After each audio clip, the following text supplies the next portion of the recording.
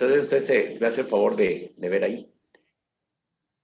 Bueno, muy buenas noches. Hoy he seleccionado un disco que tenía preparado para el jueves pasado, pero con todo el nerviosismo de la primera noche se me olvidó.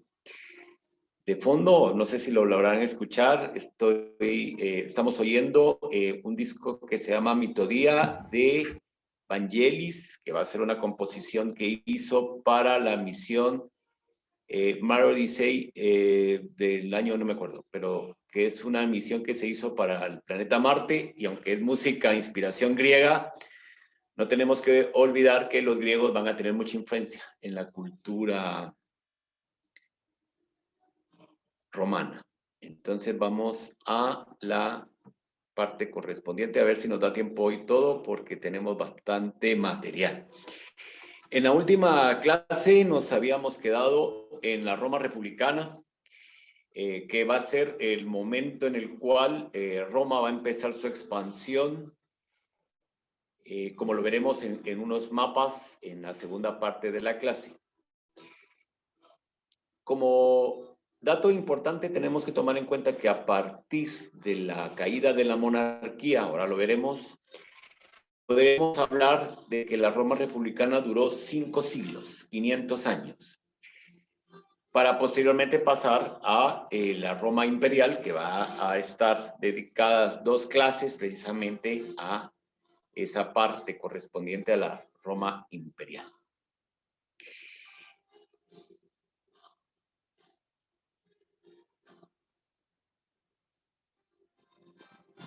Bien, aquí está. Pero esto no me quiere cambiar. Ahí está. Ahora lo voy a poner en grande, a ver si puedo. Lo voy a poner en grande, espero que ustedes lo puedan ver, porque a veces me da problemas la señal. Ahí está. Ahí está. Vamos a ver. Sí, se Bueno, ve. ¿se ve en grande? Se ve en grande. Perfecto, muchísimas gracias. En el año 509 a.C., los romanos van a desterrar al último rey, que es Tarquino. Va a ser un nombre muy importante.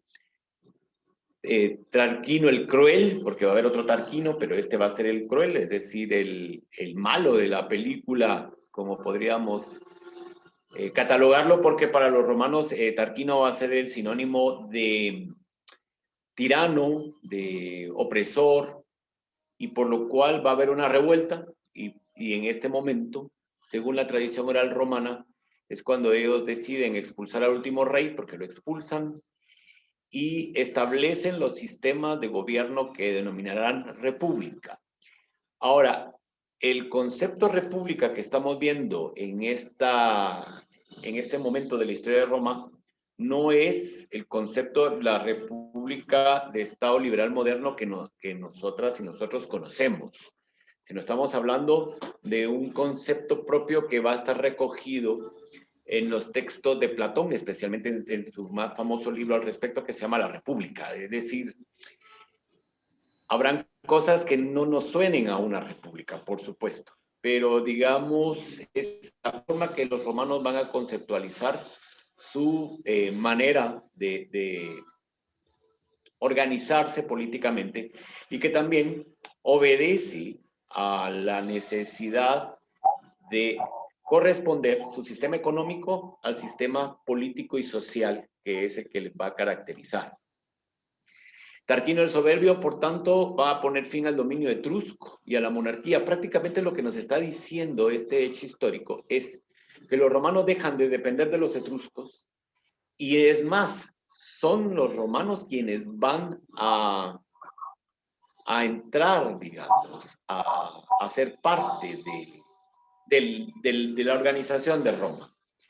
Y se va a instalar un nuevo sistema político que es la república, que consiste en la práctica de elegir a sus representantes. Ya veremos cuáles van a ser esos representantes que van a estar figurando en este tipo de organización política.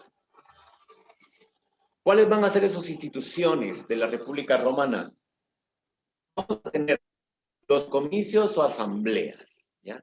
De aquí viene esa tradición que todavía nosotras y nosotros tenemos y vemos en muchos pueblos, aún de Guatemala, que son los cabildos.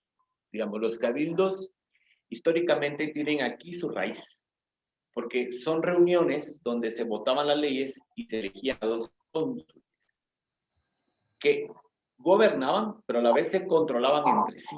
Es decir, era una manera de tener pesos y contrapesos en la dirección de la conducción del imperio. Por eso eran dos cónsules. Ya veremos las consecuencias que esto tiene al final de la República. En caso de grave peligro interior o exterior, los cónsules elegían a un dictador. Es decir, los cónsules le daban el poder a una sola persona, que era un poder ilimitado, o sea, no tenía que darle cuentas a nadie, ni al Senado, pero ese poder estaba supeditado para 6 meses. Entonces vamos a encontrar a dos dictadores importantes dentro de la historia romana. ¿Por qué? Porque veremos un dictador al momento de producirse la rebelión de los esclavos comandadas por Espartaco, y luego otro dictador que va a ser Escipión el africano cuando se dé las guerras púnicas, en concreto la tercera, que es la que más los va a poner, digamos, a Roma en peligro. De hecho, y lo veremos esta noche, las guerras púnicas va a ser el momento histórico en el cual se va a definir qué va a pasar con Roma. Y ya las consecuencias las iremos viendo. Luego vamos a tener un senado o un consejo de ancianos que era de tipo vitalicio. Aquí hay un comentario de Cintia muy interesante que dice cómo se formó la figura del dictador. Claro, porque al final el concepto de dictador es el que asume para sí todos los poderes. Todos los poderes. Obviamente que los dictadores en Roma también podrían ser nuevamente nombrados, porque es un nombramiento. Prácticamente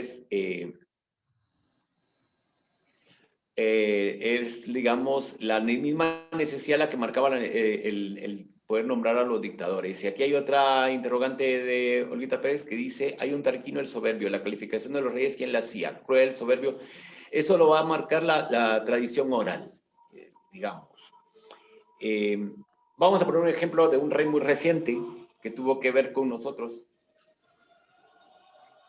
que es, por ejemplo, Fernando VII, cambiando totalmente de escenario.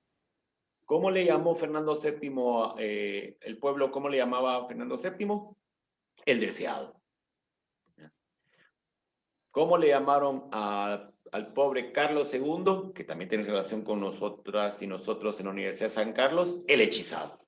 Y así, o sea, son los motes, son los apodos que les va poniendo la población y que posteriormente va a ser recogido en los textos históricos, en los análisis históricos como referente, sobre todo en las líneas genealógicas que se irán estableciendo sobre los reyes. Y por eso es que van a tener esos motes, apodos o referencias.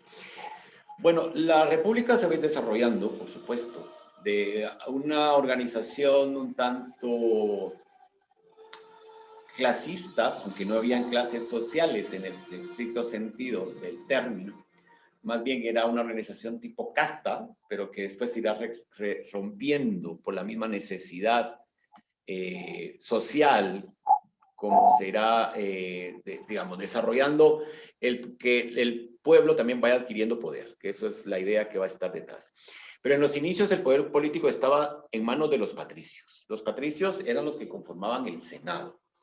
Estos patricios eran personas o familias o gens, las gens que tenían relación con los primeros pobladores de Roma, los primigenios, los grupos que se habían organizado en las aldeas de las 7 colinas, que a medida que se van dando gestas como fue el derrocamiento de Tarquino, van a tener poder y van a ser plebeyos. Uno de los ejemplos que les puse la semana pasada fue la gens Junia o los junios, donde la tradición familiar de los junios decía que el cabeza, el fundador de los junios, había sido uno de los más fervientes combatientes contra Tarquino el Soberbio. Entonces, o el cruel, que también así pudo haber sido llamado. Los plebeyos no podían participar. Ahora, los plebeyos no eran esclavos. Eran personas libres, pero siendo plebeyos. Es decir, no tenían participación política alguna. En un momento dado, veremos que estos plebeyos van a formar una asamblea. Esto va a ser producto de un levantamiento de los plebeyos ya hartos de no poder tener ninguna injerencia en las decisiones de la ciudad, porque aquí estamos hablando todavía de la ciudad. Es cierto, ya se habían expandido, como ya lo dijimos en la clase anterior, en la región de Lacio, de Umbría, en la región de donde está Florencia, que ahora se me olvida el nombre de esta región, ya me acordaré en el camino. Es decir, la parte que da hacia la costa del Adriático, centro de la península italiana, Toscana, la región de la Toscana. Pero, digamos, la referencia sigue siendo la ciudad de Roma. Los plebeyos se van a sublevar y van a establecer esta asamblea donde van a tomar acuerdos que se van a llamar plebiscitos. Gracias al éxito que tuvo este levantamiento popular, se les va a conceder por parte de los patricios el que nombren tribuno de la plebe. En algunos momentos encontraremos 2 tribunos de la plebe para tener, digamos, la misma representación como los 2 cónsules, pero en otros momentos solo veremos 1. Todo va a depender del periodo histórico en que estemos hablando. Acuérdense que es un proceso a la vez que un sistema de 500 años. El inicio va a ser 2, pero en algunos momentos encontraremos que solo hay 1. Uno de los aportes que van a concederles a los tribunos de la plebe es que ellos tienen derecho de veto. Aunque el Senado en pleno votara por una situación, los tribunos pueden vetar una ley. Y hasta su ubicación dentro, digamos, del hemiciclo va a ser muy, muy especial porque estará, digamos, como los congresos actuales, ¿verdad? Los graderíos donde se sentaban ahí todos los senadores. Pero los tribunos del pueblo tenían un sitial hasta adelante, ¿ya? Que también marcaba una diferencia, que no eran senadores, sino que tenían más poder, y la única persona que estaba sobre ellos era el que presidía el Senado. Además, el colocarlos ahí era una cuestión estratégica porque al momento que hubiesen criterios dentro del Senado, el presidente del Senado podía escuchar que los otros estaban vetando la ley. Porque son también momentos, digamos, de sesiones, en algunos casos, intensísimas. No olvidemos que es en el Senado donde matan a Julio César, por ejemplo, que lo veremos en la siguiente clase. Como ya dije, por tanto, los patricios tuvieron que acceder a demandas de la plebe, porque acuérdense que los plebeyos eran los comerciantes, los agricultores libres, los alfareros, los talabarteros, los albañiles, todos los que se dedicaban a esas tareas. Y también aquí es cuando empezamos a ver cómo Roma va incorporando pueblos y los va haciendo esclavos. En el siglo III a.C. ya vemos que los plebeyos habían logrado la igualdad con los patricios. Son ciudadanos. Tanto patricios como plebeyos son ciudadanos de la ciudad de Roma. Y es en el momento donde se va a acuñar lo que ya veíamos en la clase anterior, de que todas las disposiciones de gobierno se toman a nombre de el Senado y el pueblo romano, ¿ya? Que es el apóstrofe que lo veíamos la vez anterior, que es el SPQR, Senatum Populumque Romanum, el SPQR, ¿ya? Que es, si ustedes se acordarán, antes cuando habían procesiones, sobre todo de ciertas hermandades que llevan cuadrillas de romanos o centurias romanas, encabezan con este letrerito. Pero como solo son las siglas, pues muchas gentes no lo saben. En la actualidad sigue siendo el símbolo de la ciudad de Roma, de la municipalidad de Roma, el SPQR. Ahora, la República Romana nunca fue una democracia, pues participaban solo los hombres ricos. Habían plebeyos ricos. Esto irá cambiando en el caso de los plebeyos, porque después ya veremos que van a participar, sobre todo en las asambleas plenarias. El jueves de la semana pasada. Busca aquí en el mapa. Hay un problema con un micrófono, por favor. En este esquema tenemos digamos, toda la manera en que se organizaba el poder en Roma. Es importante hablar del poder porque prácticamente de ese poder va a emanar todo el dominio que los romanos van a tener. Podemos ver que los magistrados, que es un cursus honorum, es decir, es un puesto de honor, van a nombrar los cónsules, que son los jefes del gobierno y del ejército, nombran pretores, que son los de justicia, nombran ediles, administración ciudadana, y custores, que son los de finanzas. En este momento empiezan a incorporarse ciertos símbolos, y uno de los símbolos que va a estar asociado al poder de los cónsules son las fases.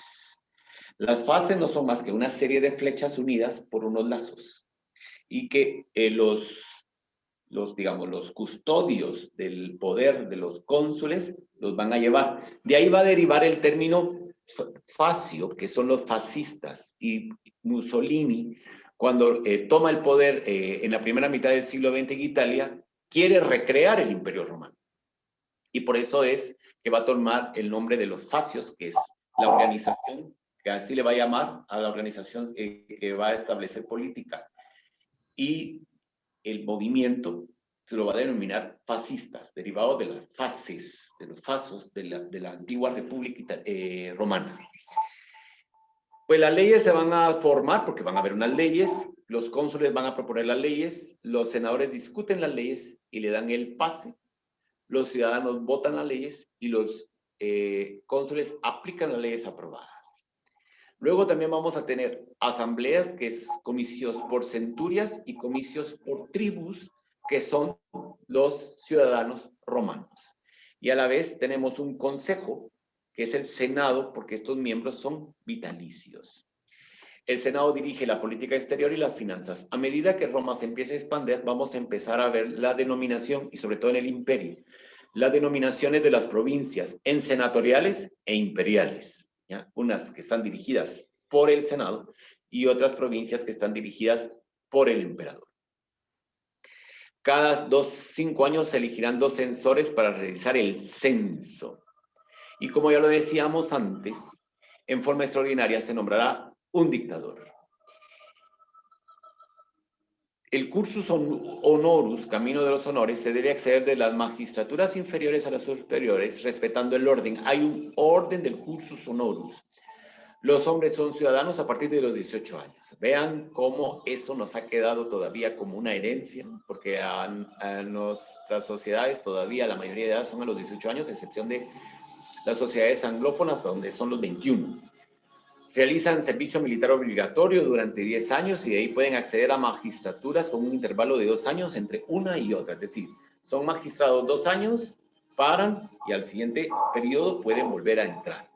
Y ahí vamos perfilando, por tanto, las primeras señales, lo que después nos van a heredar dentro de lo que se va a denominar el derecho romano.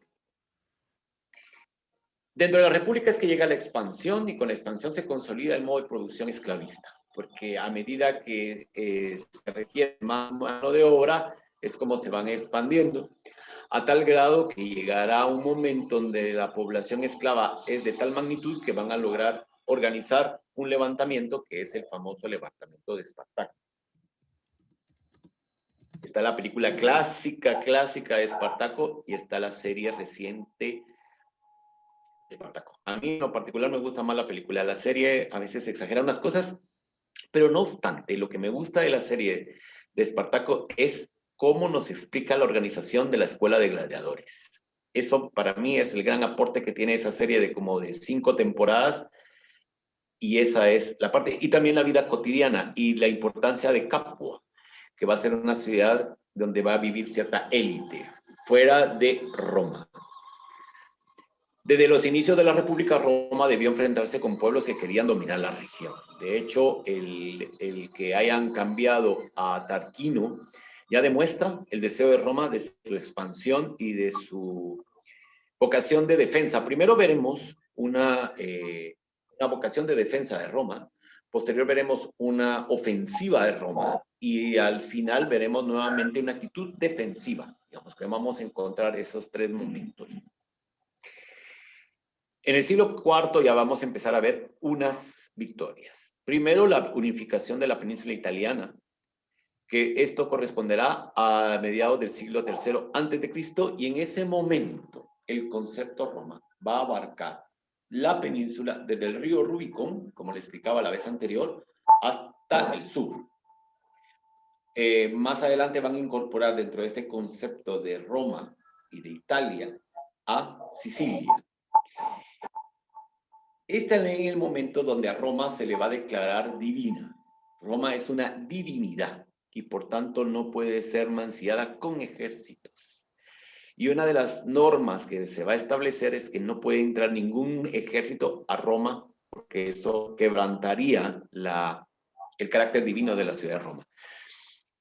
Muy importante este dato que lo volveremos a retomar cuando analicemos a Julio César. Luego vamos a tener la expansión por el Mediterráneo occidental con la victoria de Roma sobre los cartagineses en las guerras púnicas, que veremos ahí unas diapositivas que tengo preparadas para esto, pero tengo que acelerarlo porque si no nos va a dar tiempo.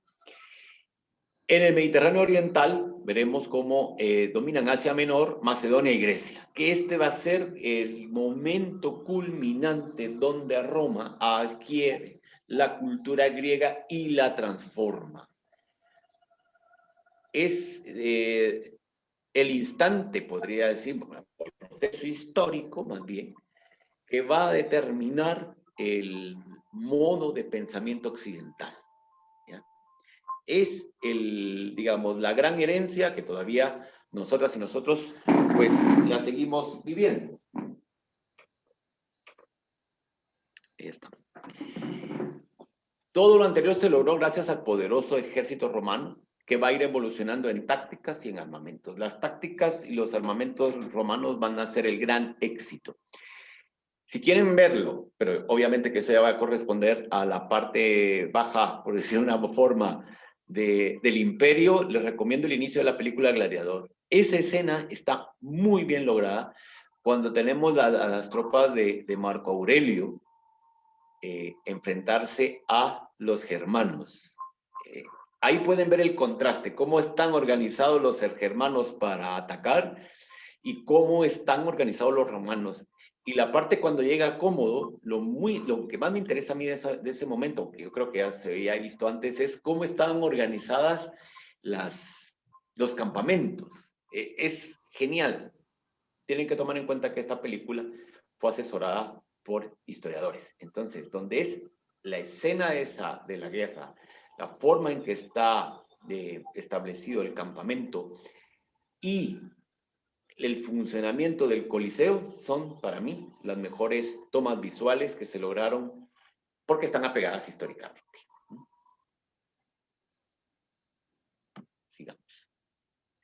Consecuencias de esta expansión. Las conquistas van a dar a Roma poder, prestigio y grandes riquezas. A partir de este momento, cuando se va enriqueciendo la ciudad, entonces prácticamente, los ciudadanos de la misma ciudad de Roma no hacen nada. Viven del erario, viven de la riqueza que está entrando a Roma.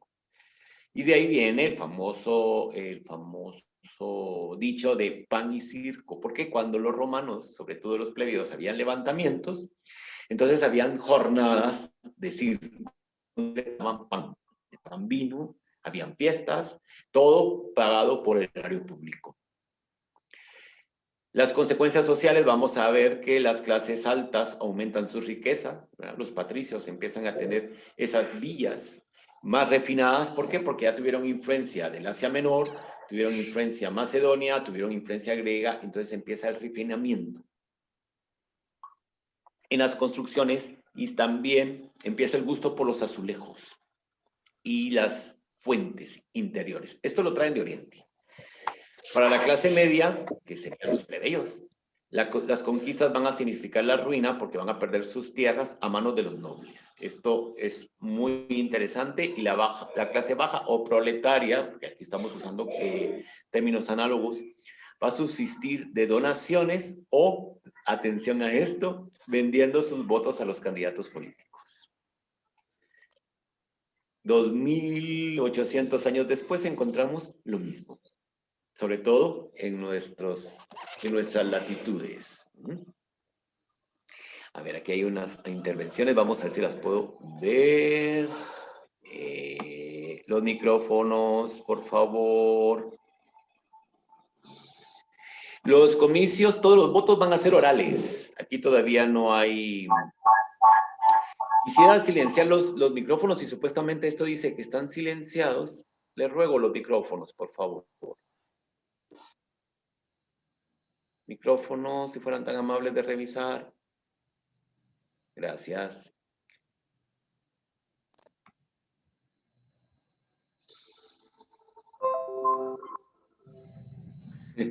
Lo interesante era que los legionarios tenían prohibido el ingreso a la ciudad para evitar crisis políticas, por lo que normalmente los campamentos estaban asentados a las afueras. Exactamente. Eso va a ser unas características y sobre todo esto va a ser más en el periodo del imperio. ¿Por qué? Porque los legionarios son los que van en un momento dado van a poner los emperadores. Entonces el que viene dice, no, yo no los vuelvo a dejar entrar aquí. Julio César también, que esto ya también existía, de hecho va a ser uno de los grandes problemas que va a tener Pompeyo Magno. Creyó que con estas disposiciones iban a evitar que César entrara y bueno, entró. Ya lo veremos en la próxima clase. Nos estamos adelantando un poquito. Otra de las crisis que vamos a encontrar crisis en la República. A mediados del siglo II a.C., Roma experimentó una crisis que se manifestó se van a agudizar los enfrentamientos entre los miembros de los partidos senatorial y los miembros del Partido Popular. Y entonces, Tiberio Graco, que es líder del Partido Popular, quien fue asesinado por proponer leyes que perjudicaban a sus oponentes. Y eso que Graco era patricio, pero va a favorecer a los plebeyos. Dificultad para mantener las posiciones romanas. Se hizo habitual conceder mandos extraordinarios a algunos generales del ejército que así aumentaron su poder, que también va a empezarse como a darle más fuerza al estamento militar. Y en el siglo I ocurrieron las guerras civiles en que los romanos se enfrentaron entre sí. Estas guerras civiles se van a referir a la guerra entre Pompeyo Magno y Julio César y posteriormente las guerras que vamos a encontrar entre Octavio, Augusto y Marco Antonio. ¿Ya? Entonces, que van a marcar el fin del imperio, el fin de la república y el inicio del imperio. Para regular estas situaciones, entonces, se van a comenzar a dejar de lado algunos principios que eran la base del gobierno republicano. Se va a concentrar el poder en pocas manos, como en un triunvirato, o en una sola persona, como en el caso de Julio César, quien fue nombrado tirano perpetuo por el Senado. Este es otro título que vamos a encontrar al final de la República. El nombramiento de tirano, que es ya, pues, esta persona va a gobernar hasta que se muera. Y en el año 44, Julio César fue asesinado por sus senadores opositores en el Senado. De esta guerra va a surgir Marco Antonio Octavio, hijo adoptivo de César, y Lépido, jefe de la caballería, formaron el segundo triunvirato con Marco Antonio. ¿Ya? Vamos a tener ese segundo triunvirato que son Marco Antonio, Octavio y Lépido. Y en la batalla naval de Accio, o Actium, en el año 31 a.C., Octavio va a derrotar a Marco Antonio, entra triunfalmente a Roma en el 29 a.C., donde el Senado lo confirmó en su poder. Y así es como la República llega a su fin. Digamos, empieza en el 509 a.C. y termina en el 29 a.C., que sería, digamos, No le hagan caso, muchas gracias, porque ahorita vamos a ir a la otra diapositiva, que es la de analizar de la manera más rápida que podamos la parte de la República, de las guerras púnicas. Vamos a ver. ¿Qué pasó aquí? Aquí está. Bien, espero que ya puedan ver la pantalla. para la segunda parte. Esto es lo que correspondería a la clase 2, porque lo que les acabo de terminar de explicar nos tocaba en la primera, pero fue imposible, pero no importa, el ritmo lo marcan ustedes. Vamos a hablar de las guerras púnicas. Aquí pueden ver una imagen recreada, reciente, no corresponde al periodo romano, porque es en el momento donde van a entrar en escena los elefantes. ¿Ya? Quienes llevaron Historia de España en mi época con el licenciado Roberto Cabrera se acordarán cómo nos explicaba la importancia de los elefantes en las guerras púnicas cuando salen de Cartago Novo las tropas de Aníbal con elefantes y atraviesan los Pirineos y los Alpes. Y eran unas clases muy bonitas porque uno ahí oyendo aquello y él nos hablaba cuántos elefantes habían salido, hacía la señal cómo iban caminando los elefantes y qué pasaban en los Pirineos y después llegaban a Marsella, no sé cuántos elefantes, después los Alpes y que a 50 kilómetros antes de Roma, ¡boom!, pararon. Y todo muy bonito, y todas y todos ahí atentos y escuchando la historia. Pero lo peor era en el examen, cuando decía, bueno, ¿cuántos elefantes salieron de Cartago Novo? ¿Cuántos atravesaron? Entonces ahí decía, hay que tomar nota, ¿verdad? Porque aquí la cosa viene seria. Yo no les voy a decir cuántos elefantes son para no enredarles la existencia, pero sí decirles que las guerras púnicas van a marcar precisamente el triunfo de Roma y es cuando empieza su expansión y donde se consolida el modo de producción esclavista. A partir de aquí. Y a partir de aquí ya podemos hablar que hay un esclavismo clásico porque Roma ya es dueña del Mediterráneo. Estuvo en peligro, por supuesto, ¿verdad? Supuso un peligro inminente de desaparición, pero al final van a triunfar. Les cuento el final, un poquito matando la historia, porque estoy contando el final, de todo modo ya la sabemos, ¿verdad? Roma y el Mediterráneo, Cartago. Cartago va a ser una potencia que deriva de los fenicios. Estos vienen de los fenicios porque uno de los, digamos, importantes de Fenicia se pelea con su hermano triunfa, lo destierra y se va a fundar una ciudad al norte del África que va a denominar Cartago. Fernando Molarne nos da aquí un dato interesantísimo que dice, hay una película del año 1959 que se llama Aníbal y está ambientada en la Segunda Guerra Púnica. No sé qué tan fiel sea la historia. No la he podido ver, Fernando, pero ahora ya me dejó picado y la voy a ir a buscar. Eduardo nos dice que por favor sin spoilers. ¿No? ¿Cuál sería la característica que define el carácter de lo público del gobierno republicano de este periodo? En la manera de gobierno, de elegir a los representantes y de establecer las leyes, y además en cuanto a los servicios públicos que se van a ir incorporando a medida que Roma se vaya enriqueciendo. Uno de esos servicios, un servicio público elemental en Roma va a ser las cloacas. Otro, el drenar el puerto fluvial de Roma.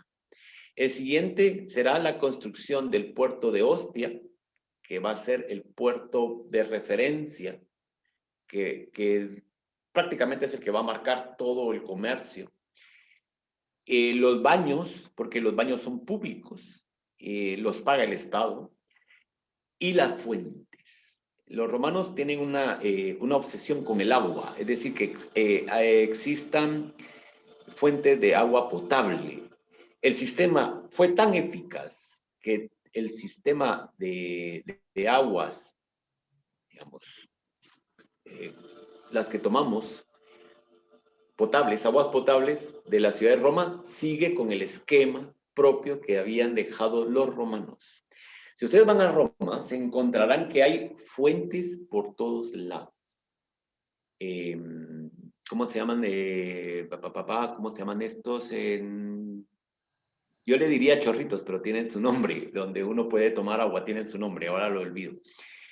Y todo el agua que ustedes verán en esas fuentes es bebible, es potable. ¿Ya? Verán unas tinas que son de las antiguas vías romanas, sobre todo ahora me acuerdo de unas que están en la vía del Coso, chorritos, ustedes pueden tomar agua de ahí. Cerca de la plaza de San Pedro hay una plaza que es la de San Pío V, si no estoy mal, donde hay una fuentecita que se llama la Fuente de las Tres Tiaras, que son las tres coronitas que tienen la corona papal. salen ahí unos chorritos, ustedes pueden tomar agua ahí sin ningún problema. Por eso, bebederos, tiene otro nombre, es otro nombre más, bueno, pero bebederos está bien. Como los Olifantes nos dice, sí, abrevaderos no nos llaman abrevaderos, tiene su nombre, pero ya me acordaré si es que me acuerdo, si no en la próxima clase. A lo que voy, esos son los servicios públicos que vamos a ver, por tanto, que podríamos considerar en Roma, en la ciudad, y posteriormente los van a desarrollar en las demás ciudades que vayan surgiendo. Bueno, al inicio las relaciones entre Roma y Cartago fueron muy cordiales. Todo iba bien, pero a medida que el Cartago empiece a dominar el Mediterráneo occidental y empiece a determinar las relaciones comerciales en el Mediterráneo, y Roma también empiece a necesitar de aumentar su comercio, Cartago se va a convertido en el rival más peligroso. A comienzos del siglo IV, Roma tenía dificultades para proseguir con su expansión hacia la Italia meridional, especialmente por un punto, Sicilia. ¿Por qué? Porque Sicilia, la isla de Sicilia, la dominaba Cartago junto con las islas de Córcega, Cerdeña y Lipari. Prácticamente Sicilia en el sur, Córcega, Cerdeña y Lipiria en la parte occidental, copaban el Adriático. Y entonces esto para los romanos no era ventajoso, porque los otros podrían en cualquier momento cortar el comercio romano. Roma también manifestaba su malestar contra los cartagineses por cuanto limitaban o impedían sus movimientos comerciales en los romanos itálicos en la zona meridional. ¿Por qué? Porque estos tienen más poder. ¿Ya? Los cartagineses eran mercantilistas por excelencia. Y entonces los romanos buscaban una manera para poder intervenir contra los cartagineses porque ya era mucho. ¿Ya? Necesitaban que cualquier aliado o amigo de Roma presente en la zona solicitara ayuda contra los cartagineses para poder actuar. Por cuanto el tratado que habían firmado durante las guerras contra Pirro, de ahí viene el triunfo pírrico, porque Pirro gana, pero quedó la cosa como en tablas, impedía su intervención en los asuntos de Sicilia. Pero los cartagineses tenían intereses en sus expansiones económicas en la península italiana. Pero ese tratado los ataba de pies y manos. Entonces, digamos, los dos bandos estaban buscando la manera de enfrentarse. Los mamertinos, vocablo derivado de mamers, Marte en lengua samnita, eran un grupo de mercenarios itálicos que combatían en Siracusa, que es una ciudad de Sicilia. Que tras ser licenciados, es decir, los eximieron de su misión, se apoderaron de Mesina, haciéndose dueños de la ciudad de Mesina, que también está en Sicilia. Los mamertinos solicitaron la ayuda de los cartagineses, que tenían su punto de mira en el control de la isla. Lograron que Irión II levantara el sitio y regresara a Siracusa. Y los mamertinos se cansaron pronto del rígido control de las tropas púnicas y enviaron una embajada a Roma para que les liberara de los cartagineses. Como aliados, van a solicitar, por tanto, esta ayuda, y los romanos van a decir encantados, ¿ya? Porque entonces así podían quitarle el control del estrecho de Mesina a los cartagineses, porque ya lo veremos en un mapa, el estrecho de Mesina es lo que separa Sicilia de la península. Los romanos, pues, estaban un poco indecisos porque, vuelvo a decir, la potencia en ese momento era Cartago, o los púnicos, como yo les llamaba. Estoy viendo la hora para no pasarme. El Senado se mantenía indeciso, consciente de las dificultades de la empresa y a sabiendas que ello suponía quebrantar el tratado firmado con Cartago y probablemente la guerra, por supuesto. Pero las asambleas de los populares, que ya dijimos, las asambleas populares están representadas por los plebeyos, estaban muy decididos a esa guerra porque sabían que eso les iba a traer beneficios y les iba a traer riquezas, ¿ya? dentro de, digamos, de esa concepción, porque ya empezaba el gusto también. Había ya un gusto por tener cosas sin tanto esfuerzo. Ya lo habían disfrutado con las otras guerras, ¿ya? Y a la vez, una vez tomaran el control de Mesina, podrían tener una vía marítima directa entre los puertos romanos del Tirreno al mar Adriático, porque ya dijimos que los romanos ya habían dominado la península, por tanto los dos extremos, pero les faltaba ese paso por el sur que les permitía poder tener esa comunicación comercial. Vamos a ver, esto no camina, ahí está. Bueno, al final el Senado dice sí, ¿verdad? Y por eso van a declarar la guerra en el 264. Van a trasladarse los romanos en las naves de los Italiotas, que son los habitantes de las ciudades griegas del sur de Italia, o Sicilia con Tarento, Turi, porque acuérdense que Sicilia y el sur de Italia estuvo bajo dominación griega, que era lo que se denominaba como la Magna Grecia. La Magna Grecia es el sur de Italia y la península, y la isla siciliana. Al final, van a consolidar su control sobre Mesina, los cartagineses van a reaccionar, a atacar directamente a Cartago. Es que eso es otra de las cosas. Miren, los romanos van a hacer cosas extrañísimas, pero si no, no hubiesen podido triunfar. A medida que se deciden a lanzar, a tener, digamos, esta clase de empresas osadas, porque lo que necesitan es quebrar la voluntad de los cartagineses. Y la victoria de Roma sobre los cartagineses fue inapelable. Y Cartago, cansado de una guerra tan prolongada, le dio a Amílcar Barca plenos poderes para negociar una paz honrosa con Roma. Finalmente Amílcar se vino a firmar un tratado con Roma. Por dicho tratado, Cartago acepta abandonar Sicilia y las islas próximas del Tirreno, que los cartagineses entendieron que eran las islas de Liparia, y que en el 238, por otro hecho que hubo ahí, los romanos hicieron ver que se referían a Córcega y Cerdeña, es decir, se van a aprovechar de Sicilia, Lápida, Córcega y Cerdeña. Prácticamente ya tienen dominado el Mediterráneo central. El jefe cartaginés se comprometía al pago de una fuerte indemnización por gastos de guerra, concretamente 2.200 talentos de plata.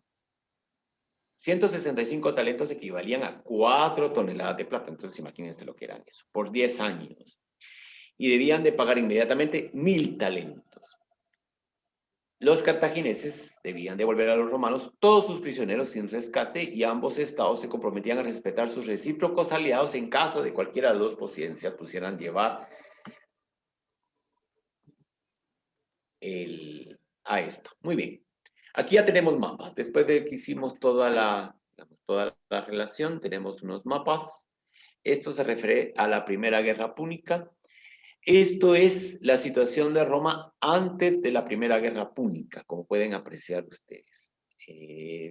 Aquí apaché algo raro. Permítanme. ¿Qué estoy haciendo yo? Porque me están apareciendo rayitas por los lados. Aquí está. Permítanme. No, bueno, no lo logro atinar.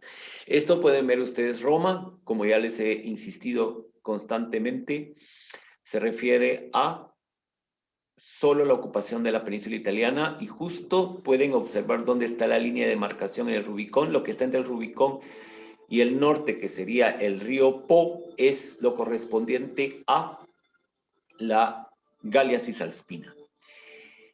Luego tenemos los dominios cartagineses. Ustedes pueden apreciar ahí que se extendía desde Libia, Túnez, la actual Libia, Túnez, Argelia, Marruecos y el levante de la península hispánica, la península bética, o Iberia, como la llamaban los romanos, pero los griegos, Hispania, como le llamaban los romanos. Bética los cartagineses, Iberia los griegos, Hispania los romanos. Ahí lo podemos ver cómo tenían ese dominio. También prácticamente los cartagineses dominaban lo que se conoce como el Mediterráneo occidental. Y Roma, pues, pueden apreciar ustedes ahí que estaba encerrada. El Mediterráneo Occidental, 264 a.C., al iniciarse la Primera Guerra Púnica. Y aquí ya tenemos como más detalles. Ahí está el puerto de Cartago Nova, que va a derivar a Cartagena, y al darse la expansión castellana en lo que hoy denominamos América, van a fundar la ciudad de Cartagena de Indias, derivado del nombre Cartagena, cuyo origen es Cartago Nova. Entonces aquí podemos ver las posesiones cartaginesas, las posesiones romanas, las posesiones propias del Siracusa, que después van a ser absorbidas totalmente por los romanos, y nos dan una idea de la situación en la que estaba Roma y después cómo va a derivar.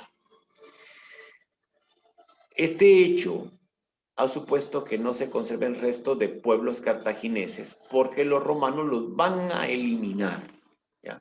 Los romanos, cuando ganan las 3 guerras, van a eliminar, y en Cartago lo que van a hacer es destruir todos sus edificios, arrasar con todo, y le van a echar sal para que no vuelva a salir nunca nada en esta ciudad, en esta región. O sea, va a ser un odio acérrimo, pero ese odio acérrimo es lo que va a permitir eliminar una de las posibles potencias que pudieron haberle hecho frente, y también esto va a llevar a que Roma se vaya a empezar a expandir. Porque en una de las guerras púnicas resulta que hay una ciudad en Numancia, en la región de la Hispania, que les pide auxilio contra los cartagineses. Y es cuando Roma acude ya dijimos que Roma, todos los que le pidan ayuda contra los cartagineses, se apunta, y entonces va a llegar y va a prácticamente a vencer a los cartagineses en la región de la Hispania, y empieza la expansión romana en la Hispania para después incorporarla como provincia, y es cuando empieza la latinización de la Hispania. Aquí ya tenemos el germen de lo que posteriormente será la base de nuestro idioma. A partir de este momento se empieza a latinizar, y los demás pueblos presentes en la península hispánica, que son los celtas, los celtíberos, los íberos, prácticamente van a ir siendo absorbidos. Habíamos tenido ya colonias griegas, fenicias, que después derivan a cartagineses y prácticamente van a arrasar con todo, y van a lograr dominar 2 puertos muy importantes en el Mediterráneo occidental, que son Sagunto y Cartagena, que es la que habíamos hecho referencia. Sagunto es un puerto actual, que es uno de los grandes puertos dentro del Mediterráneo, en la región de Levante, que es lo que estamos viendo aquí. Miren, aquí se me olvidó un lío, las flechitas, porque me ha tocado estar admitiendo personas, y entonces aquí ya está, ya lo conquisté. Aquí está Sagunto, este es Cartagena, dominio romano. Pero todavía, como pueden apreciar, no está incorporada a las Galias, solo está Hispania, Córcega y Cerdeña, Italia, Sicilia, y esta región que cuando termine la guerra púnica la van a dominar. ¿Ya? Esta es la Segunda Guerra Púnica. Aquí tenemos el recorrido de Aníbal para lograr atacar Roma, que va a ser uno de los grandes peligros. En este momento sí la cosa se pone muy difícil para los romanos, y es cuando nombran a un dictador, que el nombre del dictador es Escipión. Como va a conquistar el norte del África para Roma, va a tener el apelativo de Escipión el Africano. ¿Ya? Eso hay unas inscripciones donde hacen referencia a Escipión el Africano. Y aquí podemos ver cómo sale del centro de Cartago, recorre toda la parte norte de la costa mediterránea del África, cruza en el estrecho de Gibraltar, porque esta es la parte más, digamos, más cercana para poderlo hacer, recorre toda esta región. Aquí tenemos los Pirineos. Esta es la región pirenaica. Luego, aquí tenemos los Alpes. y va a llegar a amenazar con mucha seriedad Roma. ¿Por qué? Porque por primera vez está invadiendo territorio romano. Las demás veces, como fue en la Primera Guerra Púnica, solo eran referencias a Sicilia, como ya lo hemos dicho antes, pero aquí ya estamos hablando de algo más importante.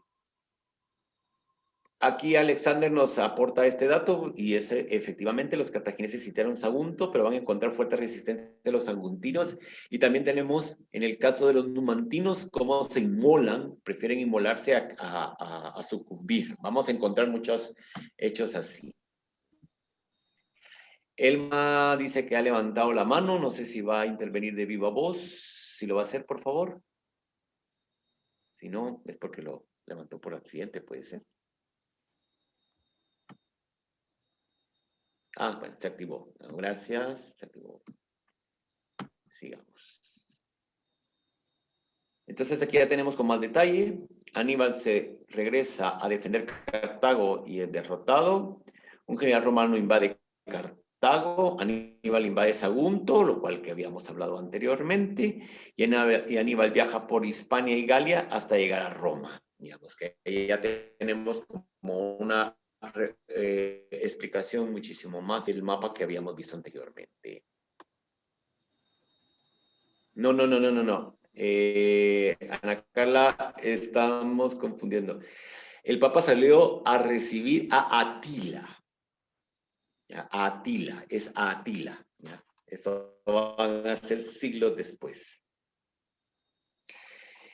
Y sí lo convenció a Atila, sí lo convenció. ¿Ya? Eso ya lo explicó en otro momento. En el momento de Aníbal todavía no estaba en la cristiandad.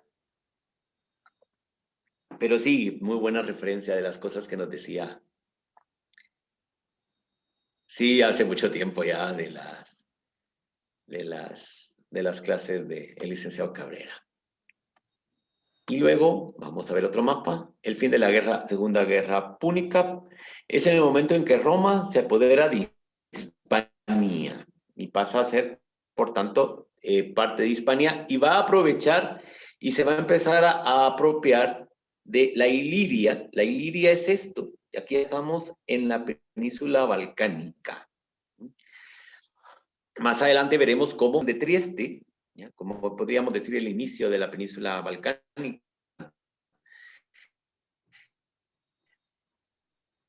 posteriormente van a llegar hasta el Danubio. Esto lo veremos en mapas. Ya va a ser una de las primeras regiones romanizadas. Y de hecho, los albaneses se consideran descendientes directos de estos primeros pueblos que fueron romanizados. Por eso es que ellos no corresponden con los demás pueblos que habitan en la región y muchas de las, digamos, de los conceptos y los ideales nacionalistas tienen una gran formación con esto. Este es el Imperio Romano después de las guerras púnicas, que lo va a consolidar ya como una potencia y va a hacer de Roma prácticamente una sociedad eminentemente esclavista. ¿Ya? Él le va a proporcionar, por tanto, toda esa mano de obra gratuita que va a darle el engrandecimiento a Roma. Esta es la Primera Guerra Púnica, que ya la habíamos estudiado así muy rápido, estamos llevándolo muy rápido, solo lo que quiero dejar esta noche es cómo es, por qué es que se da la expansión romana. Los romanos no tenían, digamos, en el principio una vocación expansiva, pero posterior a darle esa exaltación y esa necesidad económica de poder tener más esclavos. Y eso es lo que vamos a ver. Nuevamente un mapa de la Segunda Guerra Púnica. Esta es la tercera y final, con la cual va a terminar prácticamente el dominio de Cartago, que van a desaparecer totalmente. Y los romanos consolidan su triunfo y van a seguir adelante hasta llegar al imperio. Y con eso terminaríamos la clase de hoy.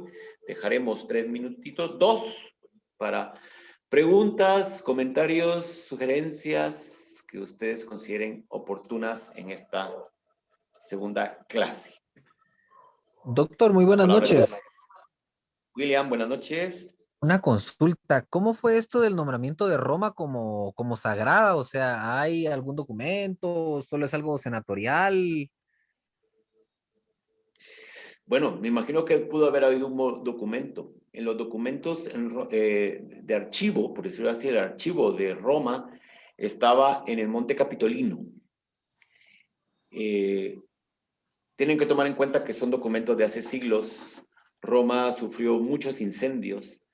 También tuvo saqueos, especialmente ya cuando llegan los bárbaros, como le llamaban ellos, o los pueblos germánicos. Y todo esto se perdió. Entonces, no existe ahora un documento que le pueda decir, aquí está el acta constitutiva del Senado donde nombran Roma sagrada. ¿Ya? Pero ya es parte, digamos, de la tradición oral que va a hacer las religiones nacen con tradiciones orales, acuérdense, y después posteriormente ya va a llevar por escrito, y cuando esté ya el cargo del Pontifex Maximus, es precisamente eso, el custodio de Roma como ciudad sagrada. Más adelante vamos a ver que se va a construir un templo, que es el templo de Agripa, que vamos a poner unas fotos porque es uno de los templos, para mí, la mejor edificación que los romanos pudieron haber hecho, y no ha sido ninguna edificación superada en Occidente, donde veremos ese concepto de cómo, a medida que los romanos son muy pragmáticos, aquí estamos en el momento que se están expandiendo. Se están encontrando pueblos con otras religiones y las empiezan a absorber. La primera absorción de religiones fue con los griegos. ¿Ya? La segunda, los cartagineses. La tercera, cuando lleguen a la Hispania. Y ahí, todos los que prediquen el imperio, lo único que tienen que hacer es dejarse regir. Y quien rige esos es el Pontífice Maximus. ¿Ya? Pero digamos, ese va a ser el recorrido. Gracias, William. ¿Alguna otra intervención o pregunta, duda, complemento?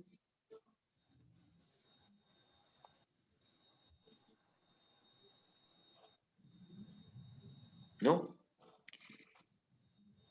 ¿En qué año llegan a las tierras donde llegó Jesús? Esto va a ser en el año... vamos a ver, van a llegar ahí donde vivía Jesús cuando las guerras civiles, especialmente cuando primero Julio César se va a apoderar de Egipto, porque toda esa región es de influencia egipcia.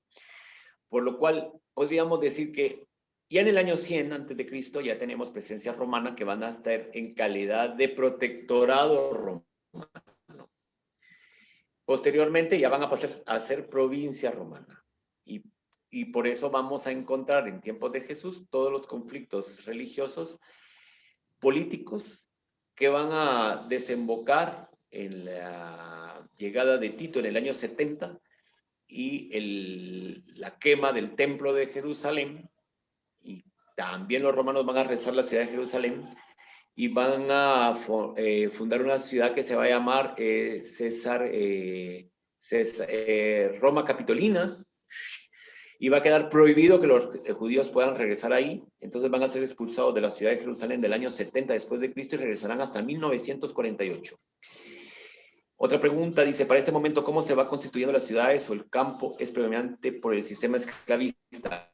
Es el campo. La ciudad, aquí, la importante es Roma. A partir de que logran dominar otras ciudades, como va a ser Cartago, Cartago Novo y Sagunto, empieza el proceso de urbanización del Roma como civilización. No obstante, ya vemos que habían abarcado ciudades griegas, pero aquí vamos a ver la mezcla de los dos. Tanto Oriente, que aporta el concepto urbano, como esta herencia de Occidente que la va a dar Cartago. Tienen que tomar en cuenta ustedes que en este mundo que estamos analizando ahora, la parte más desarrollada es Oriente. Por tanto, todos los conceptos urbanísticos los toman los romanos de Oriente. De Occidente, que van a ser las ciudades más próximas que van a tener porque las van a conquistar y las van a romanizar, no es más que trasladar las ideas que estaba de urbanización de Oriente para Occidente, y por lo cual es cuando empezamos a ver que de lo urbano, de lo agrícola, empieza a descender, empieza a subir lo urbano hasta llegar a un término medio, llegará un instante en el cual la urbanización es tan intensa y, digamos, el campo empieza a disminuir su población, que es cuando empiezan a aceptar pueblos germanos en calidad de colonos, pero ahí nos adelantamos muchísimo. En este periodo, digamos, estamos en el instante en que la Roma como civilización o como cultura o como sociedad se empieza a urbanizar. Ángel, una pregunta. No, sí. Fíjate. Sí, por favor, es que estaba diciendo no otra cosa. Me quedó la duda de cuál sería, a tu criterio, la característica que definiría el carácter de lo público del gobierno republicano en este periodo. Ese Pero carácter de lo si me lo pudieras especificar. Digamos, estabas hablando de la estructura, de cómo se organizan, Sí. digamos, entonces entiendo como que se va configurando también un carácter público, digamos, de la cuestión del del carácter del gobierno de este periodo. No sé, digamos, si hay alguna característica que definiría ese carácter público que se manejó en el periodo o no se puede definir. No, como nuestros conceptos actuales, no. Porque lo público iba a ser entendido como lo que te explicaba cuando vi tu comentario escrito, en cuanto a que son estos órganos de gobierno los que se van a dedicar a proporcionar bienestar a las sociedades, a la sociedad romana de la ciudad a medida que van teniendo enriquecimiento. También podría decirse lo público sobre todo de ciertas leyes, ¿no? En cuanto a las 12 tablas de la ley que van a establecerse por presiones de los plebeyos, donde se va a registrar qué es lo que se va a poder hacer y qué es lo que no se puede hacer. También cuando se van a establecer los límites, funciones y acciones de los distintos funcionarios públicos, pero porque todavía no estamos ante un concepto de Estado. Eso vendrá después. Aquí estamos ante una organización de una ciudad que se decide establecer por medio y regirse por medio de estas instancias, digamos, de gobierno. Cuando se empiezan a expandir es donde se topan con este problema. ¿Por qué? Porque, digamos, a ver, todos los territorios a los cuales se expandieron están en función de la ciudad de Roma. ¿Ya? O sea, si todo eso existe y si se expanden es porque todo eso tiene que servir a Roma. Más adelante, ya lo veremos en la próxima clase, con el imperio, entonces sí, la definición de lo público va a estar ligado al concepto de Estado, sobre todo cuando se establezca tal definición en el derecho romano. En ese momento sí ya va a arrancar. Otra vez, Oriente les va a estar proporcionando muchos elementos en estas definiciones, especialmente cuando empiece más el interés por los filósofos griegos, que ya lo vamos a ir desarrollando, pero me parece muy oportuna tu consulta para que pueda tener, digamos, la manera en que se van construyendo estos conceptos que todavía no llegan hacia nosotros. Eso es lo más interesante de esta situación. ¿Alguna otra pregunta? Tengo una sin mí. Dice ¿Sí? una, ¿cuáles fueron los motivos de la adaptación de la cultura griega a la romana? Y la otra dice, ¿por qué a los romanos les fue más fácil consolidar el sistema esclavista y no otro tipo de sistema, por ejemplo, el de los bárbaros? Bueno, primero que la primera, ¿cuál era? Perdón. ¿Cuáles fueron los motivos de la adaptación de la cultura griega a la romana? Tenemos que tomar en cuenta un criterio de análisis que a la historia le sirve mucho. Las culturas superiores, vamos a usar ese término para comprendernos, o más desarrolladas mejor, van a ser dominadas por los pueblos con un desarrollo cultural menor. ¿Por qué? Porque los pueblos en expansión son guerreros. Los pueblos, sobre todo en la parte de Grecia, más urbanizados, porque estos también van a tener su expansión, pero cuando Roma llega, ellos están debilitados en ese aspecto, porque han desarrollado, digamos, la filosofía, la ciencia, el arte, todos estos elementos. Roma va a quedar cautivada ante ese orden, que era el elemento que le faltaba para salir de la visión aldeana que tenían. Entonces, se dejan seducir por de estos, digamos, todas estas refinamiento, porque Grecia le va a dar a Roma refinamiento. Pero los romanos, por sus mismas características históricas, desde el inicio van a ser muy pragmáticos y van a encontrar en esa vía la manera de poder dominar a todos los pueblos. Porque cuando se empiezan a dar cuenta que se están expandiendo, necesitan una homogenización cultural en el sentido de un mínimo común denominador para que todas y todos se puedan entender, respetando ciertas particularidades que deben de tener todos los pueblos. Este mínimo común denominador va a ser el idioma. Para el oriente el griego, para el occidente el latín. Como chip mental, el helenismo que había sido desarrollado ya por Alejandro. Alejandro Magno para estos pueblos va a ser como su referente. Es el referente constante. Lo vamos a ver con los egipcios del periodo ptolomaico, por supuesto. Lo veremos con los romanos. Harán siempre referencia a Alejandro. ¿Ya? ¿Por qué? Porque para ellos las hazañas de cualquiera de los generales que hayan conocido no se comparan con las hazañas de Alejandro Magno. Y por tanto lo van a tener como un ideal. ¿Por qué? Porque para la región griega también Alejandro lo era. Entonces lo retoman. Gracias a eso, que los romanos toman la cultura griega y la reconvierten en romana, es por lo cual vamos a tener que esta forma de pensamiento se va a volver global en este mundo antiguo. ¿Ya? Esa sería como la primera apreciación. La otra es sobre los germanos. Va unido a la primera pregunta. A medida que se empieza ese refinamiento, este avance en cuanto a las técnicas, los romanos no van a ser científicos, van a ser muy técnicos. Se empiezan a dar cuenta que culturalmente están sobre los pueblos de sus alrededores, que son los pueblos germanos. Y es cuando empiezan a utilizar el concepto de bárbaros. Bárbaros quiere decir inferiores culturalmente. ¿Ya? Y ellos van a acuñar el término civilización. Nosotros somos la civilización. Lo que está fuera de nuestra civilización es bárbaro. Más adelante en el imperio, esta civilización va a tener límites, que va a ser muy importante para entender y hacer una analogía con lo que nos está pasando en la actualidad. Verán lo impresionante que uno puede hacer esa analogía, porque van a encontrar unos elementos tan similares que ahí sí que le podríamos dar hasta la razón a los ciertos teóricos de la historia que decían que la historia era repetitiva, y claro, no lo es, pero vamos a encontrar muchas similitudes. Por tanto, no podían los romanos tomar un sistema que para ellos era inferior. A ellos les gustó el sistema esclavista que ya estaba en Grecia y lo van a explotar al máximo.